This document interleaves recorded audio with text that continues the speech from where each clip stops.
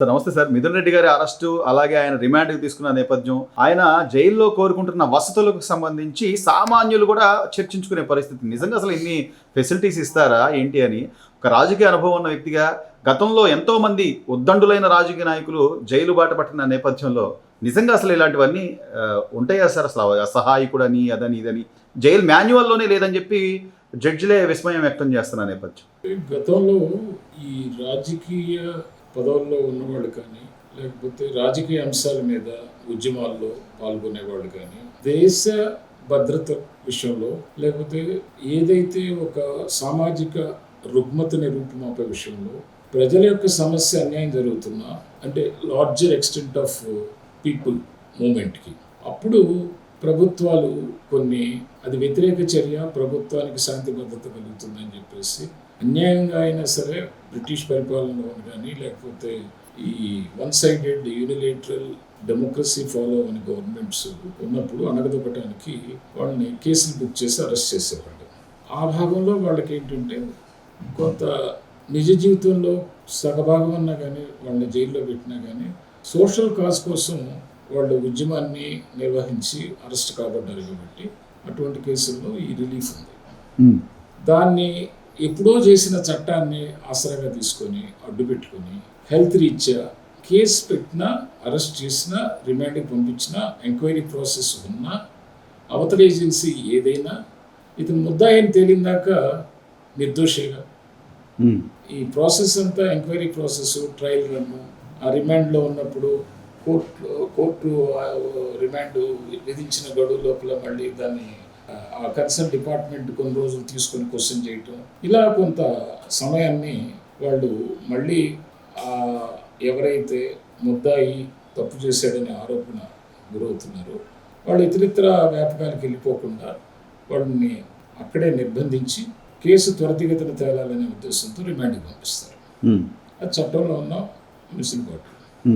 వీళ్ళు ఏంటంటే member of parliament కాబట్టి, చట్టాలు చేసే వ్యక్తి కాబట్టి ఒక రెస్పెక్ట్ ఇవ్వాలనే ఉద్దేశంతో రేపు పొద్దున నిర్దోషి అని తేలితే ప్రభుత్వమే తప్పు చేసినట్టు మళ్ళీ డిఫర్మేషన్ కేసు కానీ, అంటే వాళ్ళ మీద దాన్ని అరికట్టడానికి, తర్వాత చట్టంలో ఒక భాగం ఏంటంటే దోషిని శిక్షించడం ఎంత భాగమో నిర్దోషించిన కాపాడటం కూడా అంతే భాగం అనే ఉద్దేశంతో అంతకంటే ప్రాధాన్యత ఇవ్వాలని చట్టం చెప్తుంది. ఆ భాగంలో వీళ్ళు దాన్ని యూజ్ చేసుకుంటారు. అయితే ఇక్కడ కాన్సెప్ట్ ఏంటంటే యూనిఫార్మిటీ అనేది ఉండాలి. చట్టాలు చేసేవాళ్ళే గొప్పవాళ్ళు కాదు, చట్టాలు చేయటానికి ఎవరినైతే పంపిస్తున్నారో సామాన్య ప్రజలు, ఓటర్ కానీ లేకపోతే సామాన్య సిటిజన్ కానీ, ఆ చట్టసభలో కూర్చునేవాడి కంటే, పదవిలో ఉన్నవాడి కంటే గొప్పవాడనే ఒక ఆలోచన ప్రభుత్వాలకు ఉండాలి, మేధావులకు ఉండాలి, న్యాయమూర్తులకు ఉండాలి, ప్రజలకు ఉండాలి. అంత స్థాయి దశలో మెచ్యూర్డ్గా ఆలోచించే పరిపూర్ణమైన ఆలోచన విధానాన్ని ప్రజాస్వామ్యంలో పరిరక్షించబడటానికి ఈ పాలకులు ఒప్పుకోరు. ఎందుకంటే వాళ్ళకి గుప్పిట్లో పెట్టుకుంటారు. ఆ ఫెసిలిటీ అనేది, ఆ ప్రోటోకాల్ అనేది వాళ్ళ గుప్పిట్లో పెట్టుకొని ఒక అథారిటీగా ప్రజల మీద రుద్దుతారు తప్ప మిగిలిన వాళ్ళకన్నా అటువంటి ఫెసిలిటీ ఇచ్చేయాలి దోషం తేలిందాక. లేదంటే వీళ్ళన్నా దాన్ని విస్మరించాలి. ఆ సమన్యాయం అనేది ఎప్పుడు వస్తుంది? ప్రజల్లో చైతన్యం వచ్చినప్పుడు, ఓటర్లో చైతన్యం వచ్చినప్పుడు, అలాగే చట్టాలు చేసేవాళ్ళు దాన్ని మార్చే విధానంలో చైతన్యం వచ్చినప్పుడు, న్యాయమూర్తులకు కూడా అటువంటి పరిస్థితి ప్లాట్ఫామ్ని వాళ్ళు న్యాయస్థానాల్లో కల్పించినప్పుడు వస్తుంది. కానీ షర్మిల గారు చాలా సూటిగా ప్రశ్నిస్తున్నారు. షర్మిల గారు ఏమంటారంటే అసలు మీరు అప్పుడు డిజిటల్ పేమెంట్స్ కానీ లేదా ఇవి మన జీపేలు ఇవేవి లేకుండా స్ట్రైట్గా మీరు అమౌంట్ తీసుకోవడానికి గల కారణం ఏంటి? ప్రధానంగా ఇన్ని వేల కోట్లు, అధికారికంగానే 3,500 కోట్లు అంటే ఇది 1,00,000 కోట్ల పై మాట అని చెప్పి ఆవిడ చాలా గట్టిగా ప్రశ్నిస్తున్నారు. దీనికి బాధ్యులు అసలు ఎవరు? దీనికి వెనక సూత్రధారి కానీ పాత్రధారి కానీ ముందు నిగ్గు తేల్చాలని చెప్పి ఆవిడ అడుగుతున్న నేపథ్యంలో ఎలా చూడాలి సార్? ఇప్పుడు 3,500 కోట్లు సుమారు రమారమి ఈ లిక్కరు అధికారికంగా జిఎస్టీ బిల్స్ ద్వారా సరఫరా చేసి మ్యానుఫ్యాక్చరింగ్ బాటిలింగ్ కంపెనీ నుంచి ఎలకేషన్ ద్వారా వచ్చిన దాంట్లో పర్ కేసు ఇంత అని చెప్పేసి కమిషన్ పుచ్చుకున్నారు. ఈ డబ్బుని దాటించారు. ఈ డబ్బు పలానా చోట ఆధారంతో దొరికింది. దాంట్లో ఎవరెవరు కర్త, కర్మ, క్రియ భాగస్వాములు ఉన్నారు, మెయిన్ ఆడిటర్ ఎవరు, వీటన్నిటిని ఒక రచించింది ఎవరు, ఆపరేట్ చేసింది ఎవరు అని ఇప్పుడు దాకా 12 మంది దాకా సుమారు అరెస్ట్ కాబడ్డారు. ఇంకా కొంత తగ్గుతున్నారు. షర్మిల గారు 90 లక్షల కోట్లు ఉంది, జగన్ అరెస్ట్ చేయాలని సూటిగా చెప్పారు. నాకున్న అవగాహన మేరకు, నేను సేకరించిన సమాచారం మేరకు ఏంటంటే, ఎవరైతే ఎంప్లాయీస్ ఉన్నారో ఇటు బాట్లింగ్ ప్లాంట్లో వెరిఫై చేసి దానికి సీల్ చేసి ఈ లోడింగ్ పర్టికులర్స్, డిస్పాచ్ పర్టికులర్స్ చూసి ఇన్వాయిస్ని వెరిఫై చేసి ఫలానా సేల్ పాయింట్కి వెళ్ళాలని అక్కడ డిస్పాచ్ చేసిన, అక్కడ బాట్లింగ్ ప్లాంట్లో సూపర్వైజ్ చేసే ఉద్యోగస్తులు కానీ, అలాగే ఇక్కడ సేల్ డిపోలో ఎవరైతే అమ్ముతారో, క్యాష్ కలెక్ట్ చేస్తారో, మళ్ళీ దాన్ని తిరిగి గవర్నమెంట్ ఖాతాలో పెడతారో వాళ్ళు కానీ, వీరందరూ కూడా మేము వాలంటీర్స్కి వైసీపీ కార్యకర్తలకే ఇచ్చాము, వైసీపీ సానుభూతిపరులకే మేము 1,00,000 ఉద్యోగాలు ఇచ్చామని కొత్తగా గవర్నమెంట్ వచ్చినప్పుడు సాయిరెడ్డి గారు చెప్పారు. మనం గ్రహించలా, ప్రజలు గ్రహించలా, అపోజిషన్ గ్రహించలా. అటువంటి ఉద్యోగ కల్పనలో ఉన్న మనుషుల్ని కొంతమందిని పికప్ చేసుకుని వీళ్ళు గవర్నమెంట్ దగ్గర జీతాలు ఇప్పిస్తూ వీళ్ళ వ్యాపారం చూసుకోవడానికి కూడా క్యాష్ పూర్వకంగా ఇంకొంత మొత్తం వాళ్ళ జేబులు నింపి వాళ్ళని ఆకట్టుకొని చేశారు. ఎలా చేశారు? ఇప్పుడు సపోజ్ ఒక 20 టన్స్ ట్రక్ ఉందనుకోండి, ఇప్పుడు vehicles 30 turns, 25 turns heavy vehicles కూడా వచ్చేసినాయి. 8 టైర్స్ బదులు 12 టైర్స్, 16 టైర్స్ వరకు వచ్చేసినాయి. అక్కడ బిల్లింగ్ చేసేటప్పుడు ఏం చేస్తారంటే, దెర్ ఆర్ 2 ఇష్యూస్ అక్కడ. ఇది పేమెంట్ ప్రకారం వచ్చే కన్సైన్మెంట్ కాదు. కాటా వేసి కాటా స్లిప్ తీసుకొని తర్వాత జిఎస్టీ ఇన్వాయిస్ని అప్లోడ్ చేసి, ఆ అప్లోడ్ చేసిన ఆన్లైన్లో వచ్చిన ఇన్వాయిస్ని అటాచ్ చేసి బిల్లుకి ఈ వెహికల్ సరఫరా చేసే విషయం ఇక్కడ రాదు. ఇది only cases and bottles packing. Dispatch system ఏంటంటే number of bottles in ML వివిధ గ్రేడ్లలో, వివిధ బ్రాండుల్లో ప్యాకింగ్ చేస్తారు. చేసినప్పుడు ఏంటి, 100 బాటిల్స్ చేశారనుకోండి ఒక కేసులో, దాన్ని 50గా చూపించవచ్చు. దానికి వెయిట్ ఏం లేదు కదా, అంతవరకు ఇన్వాయిస్ చేస్తారు. బట్ వీళ్ళ కోల్డ్ ఏం చేస్తారంటే ఆ మిగిలిన 50ని ఇక్కడ ఏ సేల్ డిపోకి వెళ్తుందో వీళ్ళ దగ్గర అకౌంట్ ఉంటుంది, వాళ్ళ రిసీవ్ అకౌంట్ ఉంటుంది, దీన్ని క్యాష్ ట్రాన్సాక్షన్ చేశారు. డిజిటల్ చేయలేదు కదా, నేరుగా ఈ అమౌంట్ ఎక్కడ చేరాలో అక్కడ చేరుతుంది.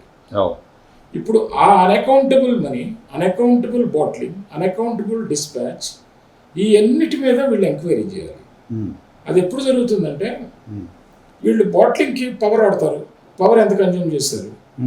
ఈ రోజుల్లో దానికి ఆల్టర్నేటివ్గా కూడా ఇది పెద్ద లోడ్ ఫ్యాక్టర్ ఎక్కువ లోడ్ అక్కర్లేదు కాబట్టి జనరేటర్ మీద కూడా ఆపరేట్ చేసుకుంటారు మిషన్. ఇది అంత పెద్ద ఇదేం అక్కర్లేదు. అయితే దీనికి రా మెటీరియల్ ఏదో చూసారా, రా మెటీరియల్ ఈ స్పిరిట్ ఉంటుంది చూసారా, మేజ్ నుంచి తీనండి, లేకపోతే మొలాసిస్ని ఫర్దర్ ఫర్మెంటేషన్ చేసి ఈ లిక్కర్కి వాడే ముడి పదార్థాన్ని ఆ ప్రొడక్షన్ మూలాల్లో కూడా ఈ సిట్ వెళ్ళాలి. అంటే దీనికి రా మెటీరియల్ ఎక్కడి నుంచి వచ్చింది, ఆ రా మెటీరియల్ ప్రొడ్యూస్ చేసిన యూనిట్స్ కూడా వెళితే తప్ప ఇది ఎంత మొత్తంలో జరిగింది, ఎంత మొత్తం బాట్లింగ్ అయింది, ఎంత మొత్తం సేల్స్ క్యాష్ రూపంగా అయింది వితౌట్ బిల్లు, వీళ్ళు ఎంత సంపదను సృష్టించుకున్నారు అనేది తేలదు. దీనికి ఏంటంటే టెక్నికల్ ఎక్స్పర్టైజేషన్ కూడా కావాలి. సిట్లో అటువంటి వాళ్ళు ఉన్నారో లేదో నాకు తెలియదు. ఇక్కడ వచ్చి ప్రాబ్లం ఏంటంటే, మాలాంటి వాళ్ళు సబ్జెక్ట్ తెలిసిన వాళ్ళు మేము చంద్రబాబు గారి దృష్టికో లేకపోతే పరిపాలన ఉన్న వాళ్ళ దృష్టికో తీసుకెళ్లాలంటే ఇంత డీటెయిల్డ్గా డిస్కస్ చేయడానికి మాకా పోస్టులు, మేము ఎమ్మెల్యేలు కాదు, ఎంపీలు కాదు. ఎమ్మెల్యేలు ఎంపీలు ఏం చేస్తున్నారు, వాళ్ళ యొక్క సొంత రేపొద్దున మళ్ళీ గెలిచిన మరో రోజునే ఈ ఖర్చు పెట్టింది ఎలా రాబట్టుకోవాలి, మళ్ళీ రేపు పొద్దున రాబోయే ఎలక్షన్కి ఎంత కూడబెట్టాలి, మళ్ళీ ప్రజల్ని ఎలా మొప్పించాలి, ఓటు బ్యాంకు తగ్గకుండా ఎలా చూసుకోవాలి, కులవారీగా, ప్రాంతాల వారీగా, మతవారీగా చూసుకునే పనిలో ఉన్నారు. అటువంటప్పుడు ఈ డెవలప్మెంట్ మోడ్లోనేమో పెద్ద మీటింగ్స్ ఈ అధికారులు వాళ్ళకి ఎడ్యుకేట్ చేయటం, ఆ పనిలో ఆయన ఉన్నారు. ఇంత డీటెయిల్డ్గా మాట్లాడాలంటే కొంత గ్యాప్ కూడా తగ్గించుకోవాలి. అయ్యో ముఖ్యమంత్రి గారు ఇది చెప్తే మనం ఏమన్నా అనుకుంటారేమో, మనం ఏమన్నా ఫీల్ అవుతారేమో, మనకెందుకులే అడిగిన దాని వరకు సమాధానం చెప్దాం అనే ఆలోచనలో ఉంటే కానీ సార్ అంటే మీలాంటి మేధావులు ఆలోచిస్తూనే ఉంటారు. ఇంత ఇంత ఇదిగా ఎలా చేయగలిగారంటారంటే పిల్లి కళ్ళు మూసుకుని పాలు తాగిన చందాన ఇక్కడ తాడేపల్లిలో ఒక అపార్ట్మెంట్ తీసుకుని అట్టపెట్టెల్లో డబ్బు తరలించడం కానివ్వండి, హైదరాబాద్లో అపార్ట్మెంట్లలో డబ్బులు తరలించడం కానివ్వండి, అట్లా దాదాపుగా షర్మిల గారు చెప్తున్నట్టు ఇది 1,00,000 కోట్ల పై చిలుకు స్కామ్ అని ఆవిడ అంత గట్టిగా చెప్తున్నారంటే ఇది బాధ్యత ఎవరు వహించాలి? నా అభిప్రాయంలో షర్మిల గారికి ఎక్కువ నాలెడ్జ్ ఉంది. ఎందుకంటే అక్కడ వాళ్ళ యొక్క గతంలో ఆవిడ వాళ్ళతో కలిసి ప్రయాణం చేశారు కాబట్టి ఇంకా ఇతరితర సొమ్ముని ఎలా సంపాదించారు, ఎలా మూట కట్టుకున్నారు, ఎలా కూడగట్టారు, ఎలా తరలించారు, ఎక్కడ దాస్తారు, ఏ రూపంలో పెట్టుబడి పెడతారు, దీన్ని సర్పాస్ ఎలా చేస్తారు, ఇవన్నీ ఆవిడకి అనుభవమే. ఇంకా కొద్దిగా చెప్పాల్సింది ఆవిడ. కాకపోతే కొన్ని ఆవిడకి కూడా లిమిటేషన్స్ ఉంటాయి కదా, బంధుప్రీతో లేకపోతే ఆవిడ పవర్లో లేదు కాబట్టి కాంగ్రెస్ పార్టీ చంద్రబాబు గారికి ఎక్కువ ఉప్పందించడం ఎందుకు అనే ఒక స్వార్థపూరితమైన రాజకీయ ఆలోచనతోనూ ఆవిడ అంతవరకే కన్ఫైన్ అయ్యారు. బట్ ఇంతవరకు చెప్పగలిగారంటే రియల్లీ షర్మిల గారికి నేను అప్రిషియేట్ చేస్తున్నాను, ధన్యవాదాలు చెప్తున్నాను. గోపాలకృష్ణ గారు మీ అనుభవంతో మాట్లాడగలిగింది ఆవిడ. మీ అనుభవంతో ఈ కేసుకు సంబంధించి త్వరితగతిన ఇప్పటికే చాలా వేగవంతంగా జరుగుతుంది అనేది ప్రజల్లో ఉన్న నానుడి. సో ఏదైతే ఉందో కొన్ని వేల మంది ప్రాణాలు పోగొట్టడానికి కారణం కానీ కొన్ని లక్షల మంది అనారోగ్యం పాల్గొనడానికి కారణమైనటువంటి ఈ మద్యపాన కుంభకోణంలో ఉన్నటువంటి ప్రధాన సూత్రధారులు పాత్రధారులు శిక్ష అనుభవించే అవకాశం ఉందంటారా? మీరు మైనింగ్ గాలి జనార్దన్ రెడ్డి కేసు తీసుకుంటే నేను గత ఫస్ట్లోనే దాని మీద పోరాడిన వ్యక్తిని, నష్టపోయిన వ్యక్తిని. అది నేను పోరాటం చేసి దాంట్లో ఉన్న లూప్ హోల్స్ అన్ని చేసి ఈ విధంగా వెళ్ళిపోతుంది, గోల్డ్ అంతా బంగారం లాంటి మెకానిజం తరలిపోతుంది జపాన్కి. తర్వాత మీకు చాలామంది దీన్ని గ్రహించి ఉంటారు. నేను అక్కడ 3 ఇష్యూస్ చెప్పాను. జియోగ్రఫికల్ సర్వే లేదు ఆయనకి ఇచ్చిన మైనింగ్ ఏరియాలో, రిచ్ మైన్ వేరే దాంట్లో పక్క దాంట్లోకి వెళ్ళి తర్వాత తక్కువ ఏరియా చూపించి మైనింగ్ కట్టకుండా దాని యొక్క సేనరేజ్ కట్టకుండా తక్కువ చూపించి, అలాగే షిప్మెంట్లో అయ్యే ఖర్చులు తక్కువ చూపించడానికి, తర్వాత లారీల్లో తక్కువ ఇన్వెస్ట్ చేసి అక్కడ షిప్తో సహా అక్కడ అన్లోడ్ అయిన దాంతో సహా ఈయన ఇబ్బంది పెడుతున్నాడు. కనీస సంపద తరలిపోతుంది. మన industries backward integration and forward integration రావాల్సిన ముడి పదార్థాలని మనం తరలించడం వల్ల మనకు వాల్యూ అడిషన్ రావట్లేదు. పెట్టిన పరిశ్రమలు దెబ్బతింటాయి, పెట్టుబడులని దెబ్బతింటాయి. రా మెటీరియల్ ఏంటి, అమ్మేటివి ఏంటి, జపాన్కి అమ్మేటివి ఏంటి, చైనాకి అమ్మేటివి ఏంటి అని నేను గోల పెట్టాను.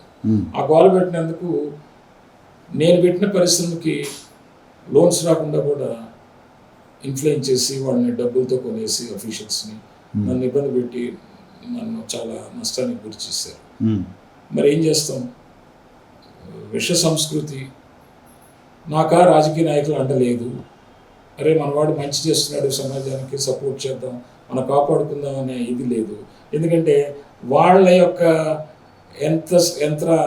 యుద్ధ సామాగ్రిని ఎలక్షన్స్లో నేను అంత ఇవ్వలేను, నా దగ్గర అంత లేదు. కాబట్టి ఇవన్నీ తప్పదు. మీరు దీన్ని ప్రచారం చేస్తారో లేదో మీకే వదిలేస్తున్నాను మీ విజ్ఞతకి. మరి నేను కరివేపాకులాగా వాడుకోబడతాను, నాకున్న విషయ పరిజ్ఞానం. Please subscribe to Leo news for more videos.